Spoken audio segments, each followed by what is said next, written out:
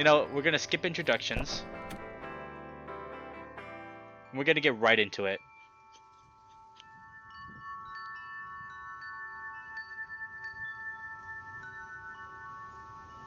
Lowing of cattle, braying of mules seemed to be answered beyond the mountains. Music most notably had a very queer effect. It resembled a person standing inside the rock, imitating every note. Okay, cool. So it works now. Hooray! Cool. Welcome to Route 65. So this is a precursor to Echo, which we played on here like I'm gonna say like months and months ago now. We just finished the game, and now we're playing the prequel, if you will. We're gonna be playing Route 65 today. It's a visual novel. It's something I've been wanting to get to for a long time. So why don't we get right into it? Oh god, I can't deal with this right now. I stare at the screen, letting my phone vibrate until it stops. I try to make up an excuse that it was on silent later. Oh, look at that, the little continue icon is a truck. I like that. Oh no, I think it's the van. I had been a cringing, flustered mess since this morning. School and my geometry test had kept me only slightly distracted. With the call as a reminder, I feel a welling sensation around my eyes, and my vision blurs. I suck in my cheeks before exuding a shaky exhale. Nothing will ever be the same anymore. My parents won't see me as normal anymore. All because I was daft enough to try to rub one out on the computer before the bus came this morning. I thought they were at work. Mom is usually up by 5 and Dad by 6, but they took the day off on account it's their anniversary. So not only did they catch me pants down, prick in hand, but also found I was gay and once fell asleep with a headphone induced lack of spatial awareness. Ooh, that's a little awkward. That is awkward. I heard Mom scream. I was so startled I jumped, my headphones coming unplugged from my laptop, blasting Fox Stallion Boy on full blast.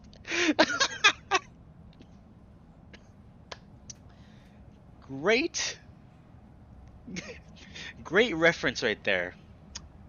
I love it. You love to see it. A fox and a stallion. Who else? Just when my dad came running in. I remember Mom turned, went to her room, locked the door, and I didn't see her again before I left. Dad, meanwhile, was sort of laughing nervously before I took off to my bus stop, but I could tell from his face that this was beyond awkward for him. I couldn't bring myself to words. I just pulled up my shorts and ran to my bus stop. All throughout the day, the thought of coming home and having to face the shame like was being dunked in ice water. Each mile we traveled closer to Echo increases that feeling of inevitable awfulness. I try to go over excuses in my head. I could maybe attempt to convince them that it was straight porn. Both of the guys in the video had pretty visible beard scruff though. I rub my eyes. The thought of trying to figure out what all my folks saw on the screen makes me want to retch. Well, I could say it was a virus that took control of my browser window, and it was so startling a prospect that I didn't have time to fully put on my shorts, and the erection was unrelated. Fuck! I peeked through my paws at my phone screen, the symbol for a missed voicemail having appeared up top. I grit my teeth in extreme apprehension, turning the screen off and shoving my phone back into my pocket. Taking a moment to recombobulate, I look around. The bus is pretty empty besides me, the bus driver, who had been trying to get the radio to work the whole ride, and Carl in the seat adjacent to me.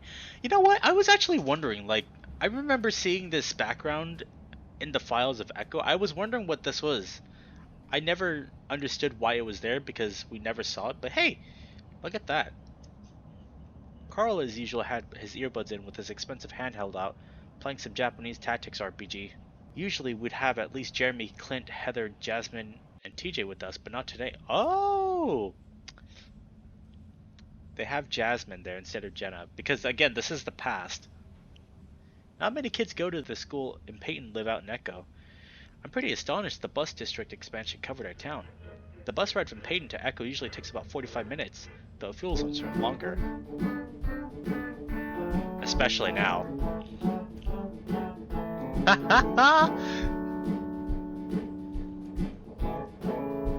Yuck. Ram looks up from his game to the source of the music, slightly furrow-browed.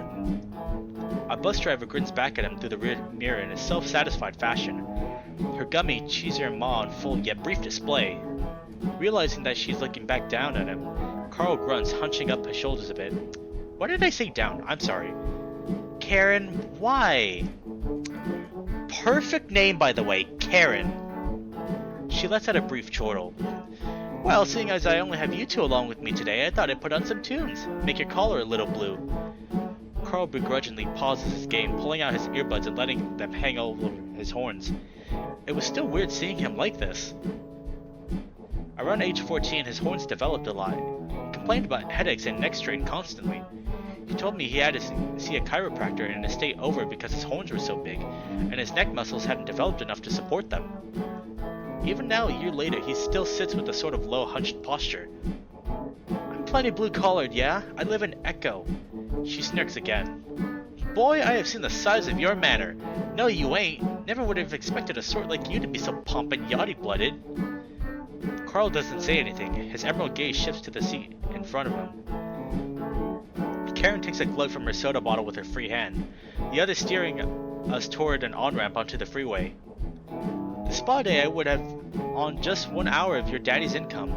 I feel bad for whoever works mani-pedi that shift. She holds up her calloused right hand, her claws rather stubbed, even for a fox's standard. When I'm not driving escorts, I do a road crew for public works. Ain't your average, Mom, eh? She gesticulates with a swirling motion as she speaks, and lets her hand hang limply on the steering wheel. Well, it might be the new average here soon enough. Feminism and all that. You two will learn all about it in college, I'm sure. What are you two going for, major-wise? Both of us make no quick move to respond. Chase?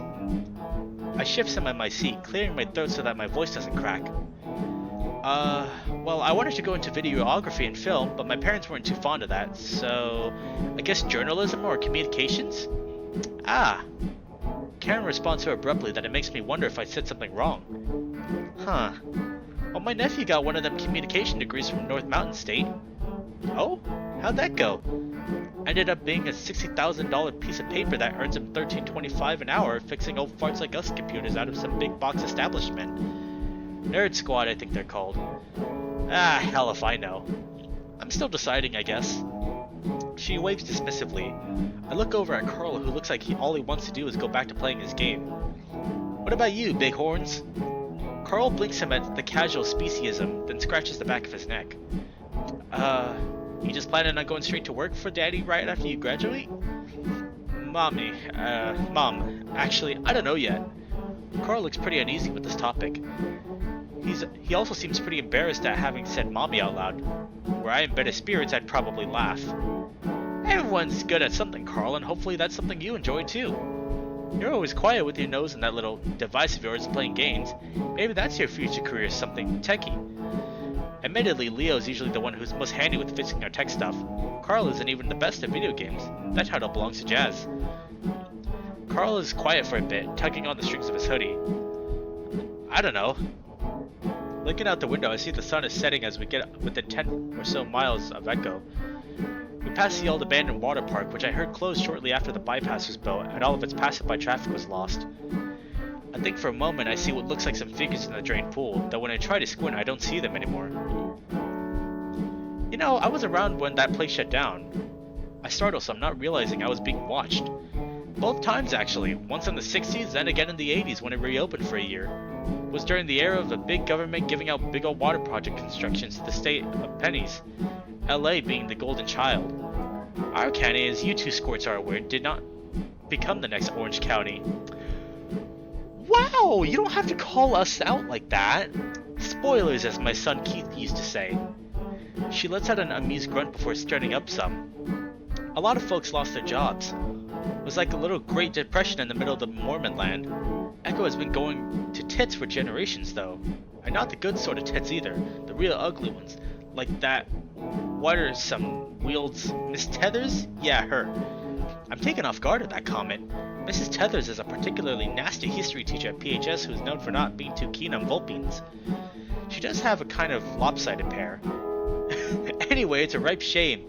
By the time your kiddies are having kiddies themselves, this town will be a feast for termites. Well, maybe not the manor. I see Karen's silver eyes focus on Carl. The castle, we used to call it. She says this bit rather strangely, as if trying to remember something specific. Carl is staring out in the window, avoiding Karen's stare. In the 2 years we've had her as a bus driver, she has never spoken this much. Most of the time she'd just be scolding Jeremy and Clint. I have this feeling she's been waiting for this opportunity to speak more personally with Carl for a while. As we get closer to Echo, we pass more abandoned places. Some are adorned with faded Art Deco stylings from the bygone modern era, whilst others are but rotting wood from the Mormon settlement days. In my current situation, all of these familiar architectural fadings seem to evoke a pulsating sense of dread for what is to come.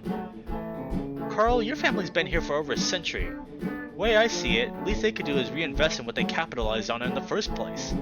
Can you just change the radio station? Yes, please. Thank you. Thank you. Carl's horns are pressed up against the window, his tone low but his voice loud. Oh yeah? What you want to set it to? Anything but this. Carl looks down at his handheld, fidgeting with stuff in the character screen, but without focus to keep actually playing. Fine. What do you want to listen to, Chase? Oh, there's that choice again.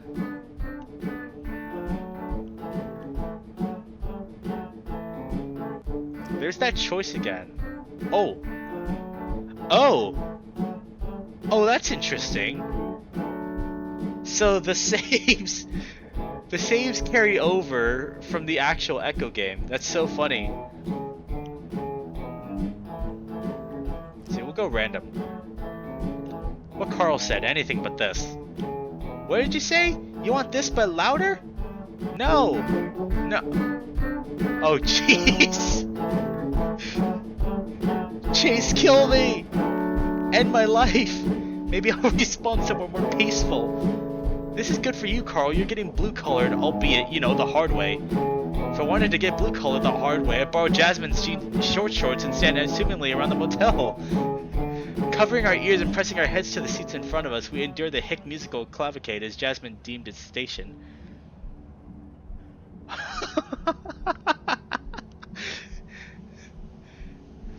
Yeah, you could... I was about to say, like, you could hear the speaker distortion. I'm not sure if, like, it ended up overpowering my voice at all, but I'm gonna tell you right now, that was fucking loud. That's so funny. Glancing sidelong out the bus window, I see that we're less than a mile from home. My paw pads start to feel clammy and I clutch my knees tight. It's fortunate that Carl is currently occupied with burying his muzzle into the faux leather of the seat in front of him as I begin to tremble. Part of me actually wants him to see. I know it's just stalling for the inevitable, but I want to talk to someone. Anyone about all of this. This is a small town and whoever I speak to will know that I like guys, and I'll have to deal with them knowing that fact every day till college. If I go to college. I used to hate being so damn generic.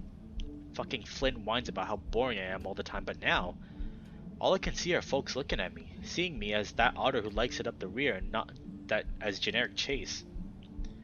God, that's what my parent will see me as too. This sort of deviant who lives in their home. I imagine them looking at the photos of me around the house now and wishing they could have that back. I never really talked to my parents about relationships and sex stuff, and now that I'm just shocking them with this whole new side of me. What an anniversary present I've given them. I look over and see Carl hunched over. His horns are pushing into the seat, and his gaze focused blankly upon the screen of his handheld. Upon closer inspection, the screen is completely black, the device no longer on. It seems that he's not in the best of states either. I swallow, debating disturbing him. Carl might be my best friend, but we don't really have deep talks, especially since the lake incident. Oh, maybe I could text someone? I slide my phone out of my pocket, staring at the black screen much like Carl is now. I realize when I get home my parents are probably going to demand to see my phones and messages, so I'll have to remember to delete them. I try to imagine how each one of my friends would react, but this is honestly foreign ground, only alluded to in traded insults and jokes. Flynn especially. The lizard drops the word faggot in every other sentence as of late, though I think he just chooses it for maximum edginess. Jasmine, on the other hand, might be the most supportive with this sort of thing. However, she wasn't at school today. I eavesdropped Flynn mentioning something about issues with her parents and Jeremy to Leo, but I couldn't make out the specifics. I don't even know how Leo would react to any of this. He makes jokes about poorly stuff all the time, but I can tell that there's some unease there. That leaves TJ. Carl described him once as the moral, gooey center of a sandwich of a group of friends. That being said, I'm not sure how much I can actually tell him. He's just barely crossing the puberty threshold right now. plus the Christianity factor. I uncover one of my ears long enough to pull out my phone, my heart skipping a beat at the new voicemail notification. I quickly swipe over to my contacts.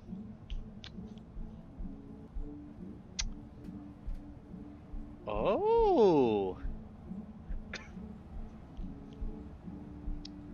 You know what? Let's go through every single one of them. How about that? Obviously, I want to do Leo first, but the most sensible choice here would be to talk to Jasmine. Leo always had a weird sort of paternal vibe going on with him. If someone in our group is feeling down or about to make a stupid decision, he usually goes out of his way to set them straight. Jasmine says that this is largely due to the culture he comes from, the whole pack mentality thing. In truth though, Leo is one of the first friends I ever made, back when I was 6. I'm sort of hoping time cuts through the stigma bullshit and he'll have an idea of what to do. My thumbpad hovers over his portrait picture in the messenger app. Alright, here goes nothing. Also, that background? I actually love that. I love this sort of art style right here. So can I talk to you for a second? I wonder if I shouldn't have done punctuation or capitalization. Maybe try to sound a little more casual. Busy, but what? Shit. He doesn't have practice today, so I thought he'd be free. Managing text messaging with Leo is hard enough as it is. If I'm distracted, it'll be even worse. Looks like I can't do it through here. I think I should talk to you about it in person. I see. Okay. God, he always does this. 2 to 3 word responses. He's still probably hanging out with the other football folk outside school. Lucky bastard has his own truck now, so he mostly doesn't come home with us anymore. I find myself biting the inside of my cheek and quickly force myself to stop. Okay?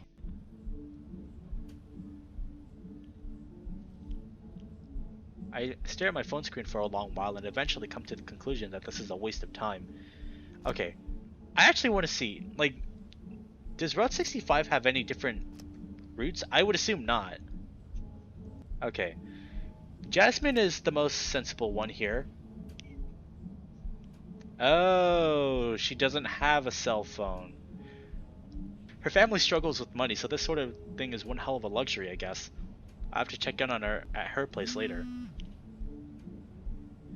I'm about to slide my phone into my pocket when I feel it vibrate against the paws of my pads. I mean, the pads of my paws. I got Gorgonzola at the mini market in Payton. Well, that's informative? I honestly have no idea what this message means. Instinctively, I've tried to respond with something jabby. I'm sorry, Flynn, I'm sure they have a cream for that. There is some changes and the end is different? Okay, if that's the case, then we gotta, do one for every route then. I usually don't ever text Flynn, mainly because he doesn't text back. So this is weird, I guess.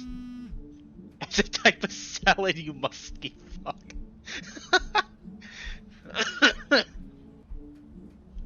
Oh. Why are you texting me about salad?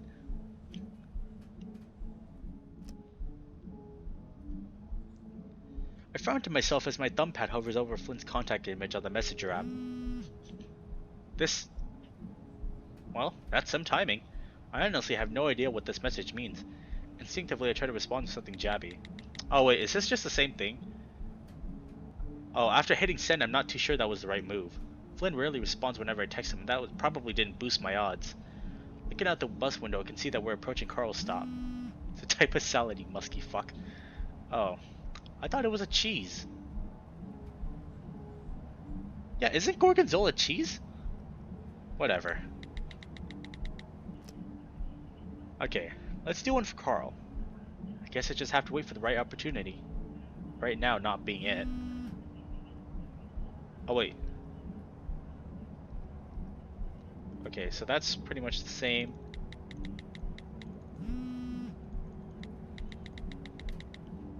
Okay, so we're gonna make one for Carl right here. No, right here.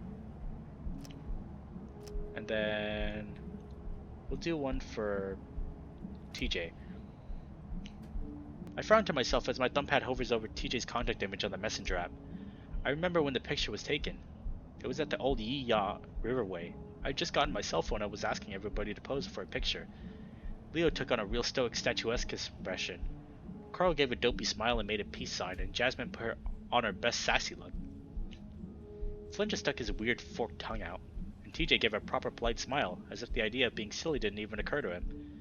I guess in his mind I made a request and he wasn't about to silly it or do something for a laugh. TJ takes friendship seriously, and I can't help but feel that it's a quality in someone that would be really nice to have by me right now. So can I talk to you for a sec? I'll keep it vague at first. Dropping a bomb might just confuse him into thinking I'm making some sort of lewd joke. Hey Chase, what's happening? Happy Dia de los Muertos. Oh, I love that picture, by the way. I'm working through some bad stuff. I don't want to go home. Where are you? I feel a bit bad not really indulging in returning TJ's chipper mannerisms, but I just really don't have it in me right now. Oh no, what happened? Mom picked me up and we're finishing up my costume. She heard there was a party happening on the old Parsons building on Route 65. We leave soon. I didn't know parties happen around here outside of the backyard birthday stuff. I know TJ goes to a lot of different functions in his free time. He's kind of a popular kid, though pretty much all of them are based around church and community service activities. They're pretty much never an echo, though. The only church we have in town is the old abandoned one from the Mormon Trail days. I think it turned into a school briefly during World War II, though it shut down soon after. The county tried to make it into a tourist thing once, but it didn't work. Back when my parents still went to church, we had to drive all the way out to Payton at 7 in the morning. I hated it and would whine and complain every time. Sometimes I carpooled with TJ. The vibe was completely different. They discussed Bible verses and talked about their weekly self-betterment goals. I think I remember getting in trouble because I kept calling everything dumb when I was in the car with them one morning. I was really cranky. After that, my parents made me ride with them. In contrast, my folks usually just left on the talk radio and we drove in silence. Chase, you're making us kind of worried. You can meet us there if you want. I don't think you need an invitation. I'm a bit worried that this party will just be another acoustic guitar arts and crafts with the elderly affair. But the more I think about it, the location strikes a tad weird-like. Parsons is sort of out in the boondocks of Echo, which is still technically the middle of the goddamn nowhere. So I'm not doing too great, but yeah, I'll meet you there. Where any other time I'd pass, but not tonight. Are you okay, sweetie? I can come pick you up if you like. I'll call your mom too to let her know you're with us. I'm a bit startled there for a second at the whole sweetie thing, before I realize what's happening. Oh hi Mrs. Haas, could you please not do that? I'll see you and TJ at the party. We just want to make sure you're okay. At least let us pick you up and drive you. No, it's okay. I'm with Carl. Don't worry, it's just teenage awkwardness stuff. Oh, Turby's learning all about that now. We had to buy him his first can of deodorant the other day. As an otter, you must be having an even harder time with all that, on account of the musk glands developing, don't you know? We could stop and buy you some demusking spray if you want. Oh my god. I did not expect, when I started TJ 5 minutes later, I'd be forced into a conversation about my musk glands with his mother. I'm good with my supply for now. Thanks. Okay then. Texting TJ and his mother did not help at all. I can see that we're approaching Carl's stop. The bus turns onto the neighborhood road and I scoot some, speaking up to get Carl's attention. So, I'm gonna get off with you here, okay? Carl just continues to stare at his blank screen for a second before blinking and looking back at me. Are you sure? That might be pretty messy, and Karen watching might give me performance anxiety. Carl stares deadpan at me. I rest my forehead into my paw and groan, though I end up snickering a bit. The bus comes to a stop. Carl, this is where you get off. Chase wants to get off too. The bus. You have a note from your folks? Shit. I look back to Carl and he gives me a look of understanding. He unslings his backpack from his shoulder, rifling through it. Carl looks up at me briefly, mouthing one word. Stall. Oh! Let's ask about Keith. I do. I make a motion of holding something up behind the seat. Carl seems to have found a pen and a notepad and is scribbling hastily. So, Karen, you mentioned your son Keith. The name sounds familiar. Karen gives me a rather dubious look, her silver gaze eyeing me up. Well, I doubt you have recently. Keith's been gone for a good year or so now. Where did he go? Karen scratches the end of her muzzle, still eyeing me with the same searching expression. He's dead. Dead to me, at least. Oh, sorry. Definitely not gonna prod there. Carl currently looks as if he's trying to camouflage something into a seat, slowly sliding down it. Sigh. The old fox lets out a huff that is half exasperated, half amused. She waves dismissively. You squirt's gonna exit the bus or not? I got a big bowl of cinnamon chips and pineapple mango salsa waiting for me back home. I shift awkwardly in my seat. Out of the corner of my eye, something yellow flutters down by my feet. With haste, I bend down and snatch up the note, acting as nonchalant as possible. Carl's penmanship is actually pretty good. I give him a discreet, grateful look as he gets up and moves to the exit. I'm coming. Carl stops, looking back at me with that same deadpan as before, to the front of the bus. I think I hear Carl mutter, "That's quite some range," as he turns and continues offward. Carl hopes off for... You know what? I'm gonna read chat first, because I cannot fucking read for shit. Maybe your tongue's getting in the way, sticking out like that. You know what? I think I am tongue-twisted tonight. That's a very good point. Carl hops off first, his hooves making an audible clop noise upon the edged asphalt. However, as I follow and move to hand my note to Karen, her calloused hand grasps my wrist instead of the note. I'm not that deaf and dumb, Kitty. I've been doing this job for a long while. She relinquishes my wrist, the note fluttering to the ground. I can see Carl staring nervously at us from the road.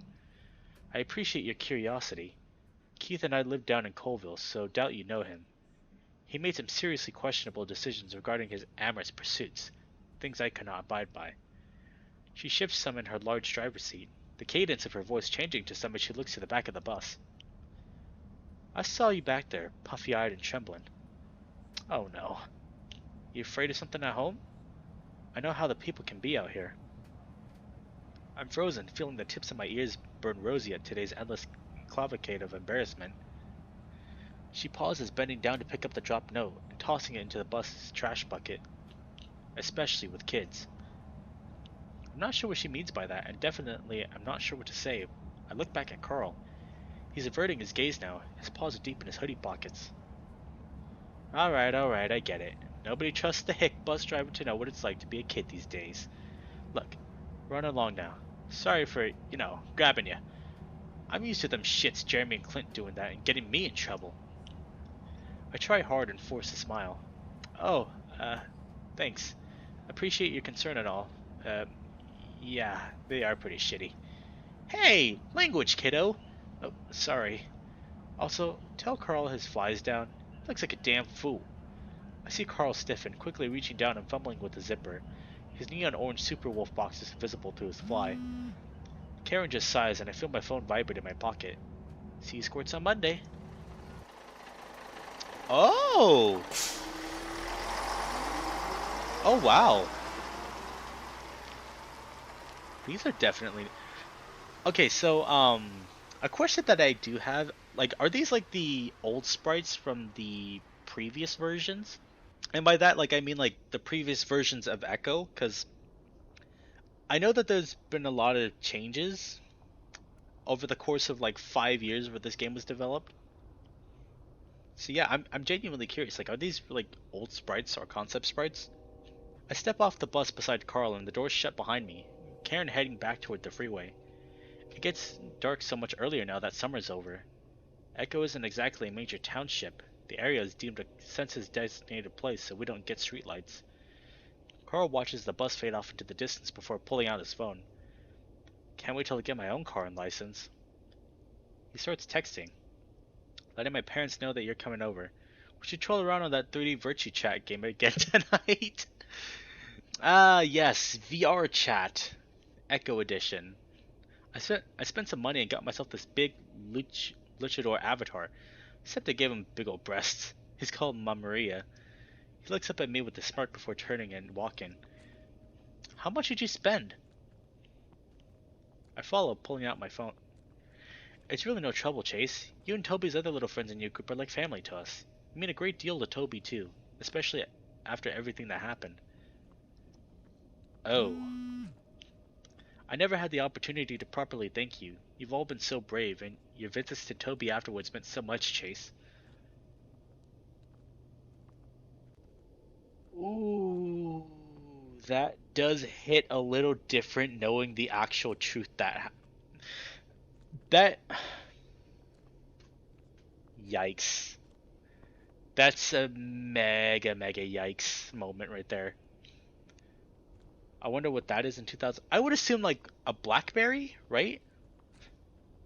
It's like a or no, it would be like an iPhone 4. Oh wait, no, but it runs on Android? You know what? Let's just let's just assume that it's an iPhone 4 emulating Android. How about that? You know what? Maybe that's Second Life. Maybe that's what they're referencing. I don't know. I was just grabbing what I needed. 15 bucks maybe? I refocused briefly, glancing over toward Carl. That's a lot for one of those kinds of games, especially just for clothing. Oh man, if you could only see the in-app purchases today on mobile games today. We haven't seen you much since you and your parents stopped going to church so much, but we'd love to have you over for dinner sometime. Well, like the luchador mask I wanted was one of the premium items, so it costed the most. Everything else was dirt cheap. Every single girl in that game uses the same hair, the long curly blonde one that costs like $1. At least they say they're girls. I'm just trying to be unique. Otherwise, what's the point? It's a social role-playing game. Why risk getting ignored? Yeah, that's it's definitely Second Life they're referencing here. I actually have another account with a character that's more normal looking. I made him after you left last time. He's like this big primate-looking dude with burn scars everywhere, and this kind of albino-y face. I had the idea for the character sort of based off of a dream I had once. Though I have one quick question for you, Chase.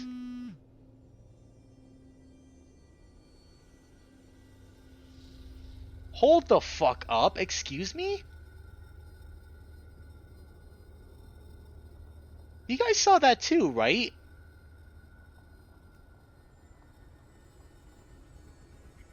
That's the same picture that... That's the same picture where Carl went missing in Echo. Do you know how to delete messages on this thing? I'd rather not Toby know that I mentioned the incident. He's been doing so well lately. What the... Anyway, I went to the lot of the in-game hotspots at first. A lot of the stuff you and I saw when we were messing around. It's sort of like what you said, that most people there are just middle-aged housewives who can barely type a sentence. But then I sort of went off-grid, I guess you call it.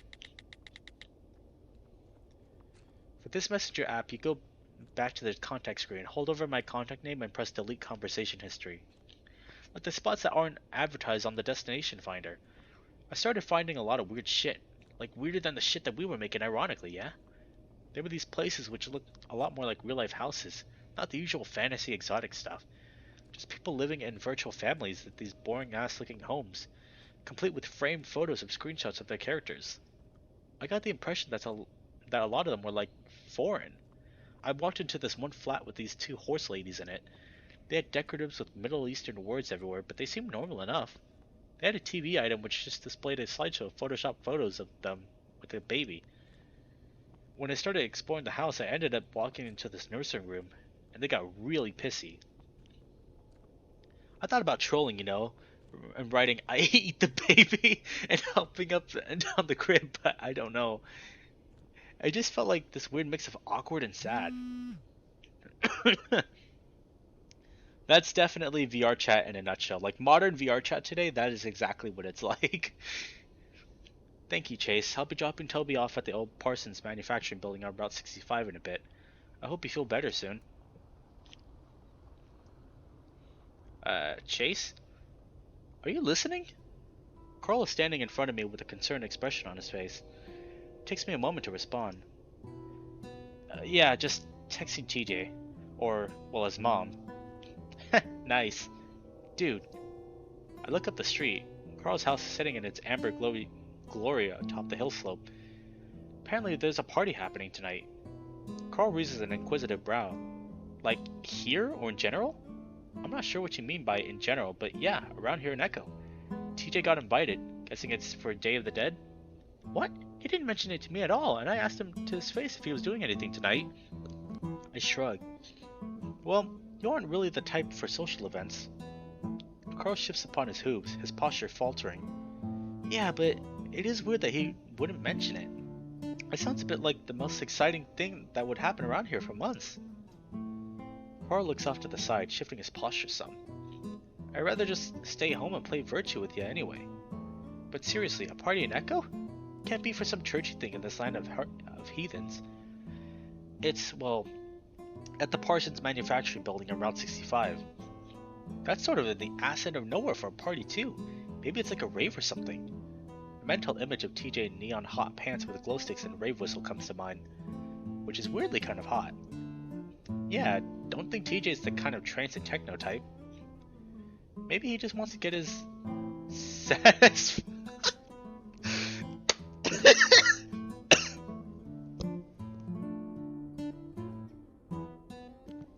Wow, I was not expecting a Benny Benassi reference at all.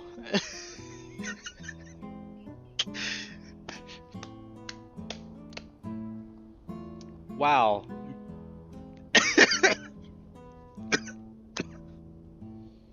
That's so funny. I didn't expect that at all. Carl says this in a robotic tone. He smiles, his eyes half-lidded. I groan. Ugh, I think we should go. Carl blinks, his expression akin as if I just asked to rub his horns.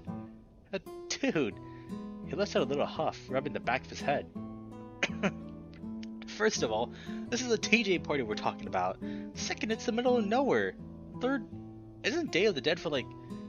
He pulls his paw away from his beanie long enough to swirl it around in gesticulation as he tries to phrase this right. Latin folk? My blood's as apple pie as it gets, dude. Alright, first we can play a handheld if it turns out to be boring and religious. Though the idea of trying to come out to TJ amongst the fundy Christian crowd is a nightmare. Second, we live in the middle of nowhere. Anything local happening is technically in the middle of nowhere. Which still doesn't make it any more safe. Third, well, I don't know. I assume nothing too culturally sensitive is taking place in an abandoned factory, which won't save us from sticking out like a sore thumb, including TJ. Carl exhales through flared nostrils, lolling his head up as if being throttled by how much of a bad idea this is. Dude. He looks back at me, a taunt and frown upon his muzzle. I don't know. I mean, I guess I'm kinda curious. Worst case, we stop in, smack TJ around, and then we make like Flint's fetish and scat.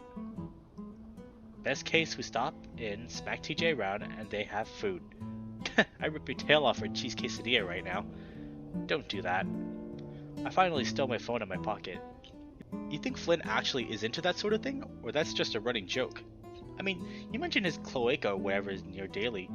Dude, he's totally into that. I bet he's one of those septic suckers. Every fiber of my being does not want to know what that is. I give Carl a repulsed look. I read about it on the image boards. You know septic tanks, right? Stop right there. They drill holes in people's tanks while they aren't home, and they lower a rope down through Carl. And they climb down in the solid breaking stuff in the tanks that make everything super sticky, so they literally stick to the tank walls like a suction cup. Jesus fucking Christ! And then they take this chisel and use their tongue on the... Carl, I'm gonna beat your ass.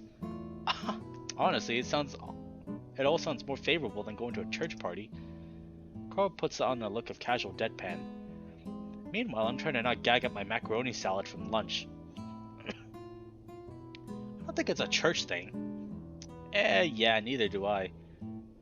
Alright, I'll go with you. Carl lets out a breathy bit of laughter before pulling out his phone. Lying to your parents this time? Yep, your fault too. What should I say?